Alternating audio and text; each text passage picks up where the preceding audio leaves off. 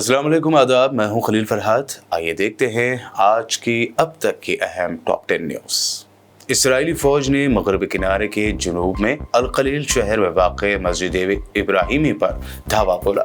महकमा औक़ाफ़ इस्लामी के मुलाज़मीन को वहाँ से निकाल दिया और अज़ान मगरिब की नमाज रोक दिया। बता दें कि 1994 के बाद से इसराइली ग़ाज़िब रियासत ने मस्जिद इब्राहिमी को यहूदियों और मुसलमानों के दरमियान तक़सीम कर रखा है।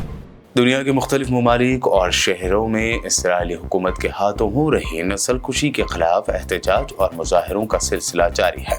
गुज़िश्ता रोज़ फ़लस्तीनी अवाम बिलख़ुसूस अहले गज़ा की हिमायत में सबसे वसी मुजाहरे यमन में हुए, जहाँ दारुल हुकूमत सना समेत मुल्क के मुख्तलिफ सूबों और शहरों के अवाम दसियों लाख की तादाद में सड़कों पर निकले और उन्होंने एक बार फिर फ़लस्तीनी अवाम के साथ इजहार एकजहती व हमदर्दी किया। किर्गिस्तान के दारुल हुकूमत में मकामी और गैर मुल्की तलबा के दरमियान हंगामा आराई में कई पाकिस्तानी तलबा भी ज़द में आ गए। हिंदुस्तानी तलबा के लिए एडवाइजरी जारी की गई है कि वो अपने हॉस्टल या घरों तक ही महदूद रहें। ईरान में हैरत अंगेज तौर पर एक शैतानी नेटवर्क को बेनकाब किया गया। ईरान में कानून नाफिज करने वाले इदारों ने शैतान परस्त नेटवर्क के खिलाफ कार्रवाई करके 250 से ज़्यादा अफराद को गिरफ्तार कर लिया। रिपोर्ट के मुताबिक गिरफ्तार अफराद के कपड़ों, सर, चेहरे और बालों पर शैतानी निशानात बने हुए थे और ये अफराद गैर मुनासिब और नाजिबा हालत में मौजूद थे। सऊदी अरब में मौसमियात के कौमी मरकज़ में मुल्क के बेशतर इलाकों में हफ्ते से बुध तक बारिश, गरज चमक और गर्दालूद तूफ़ानी हवाओं की पेशगोई की है। सऊदी खबररसा इदारे SPA के मुताबिक सिविल डिफेंस डिपार्टमेंट का कहना है कि सऊदी अरब में बारिश से मुतासरा मकामात से दूर रहा जाए। मुतासरा इलाकों के रिहायशियों को SMS के जरिए भी आगाह किया जा रहा है। दिल्ली के CM अरविंद केजरीवाल के घर का 13 मई की सुबह का वो CCTV फुटेज सामने आया है जिसमें स्वाति मालीवाल पर ही कई सवाल उठ रहे हैं। वो घर के मेन गेट से बाहर निकलती हुई नजर आ रही हैं। उन्हें एक लेडी सिक्योरिटी एहलकार ने पकड़ रखा है और बाहर की जानिब चलती जाती हुई भी नजर आ रही हैं। पहली नजर में देखा जाए तो स्वाति मालीवाल इस वीडियो में बिल्कुल ठीक दिखाई दे रही है। दिल्ली की नॉर्थ ईस्ट सीट से कांग्रेस के उम्मीदवार कन्हैया कुमार के साथ मारपीट हुई है। दरअसल इस सीट से कन्हैया कुमार बीजेपी के मनोज तिवारी के खिलाफ मैदान में हैं और उनकी जीत तय मानी जा रही है। ताहम ऐसे में चंद हिंदुत्ववादी कट्टर इंतहा पसंदों ने कन्हैया कुमार को हार पहनाने के बहाने थप्पड़ मार दिया और उन पर सिहाई फेंकी।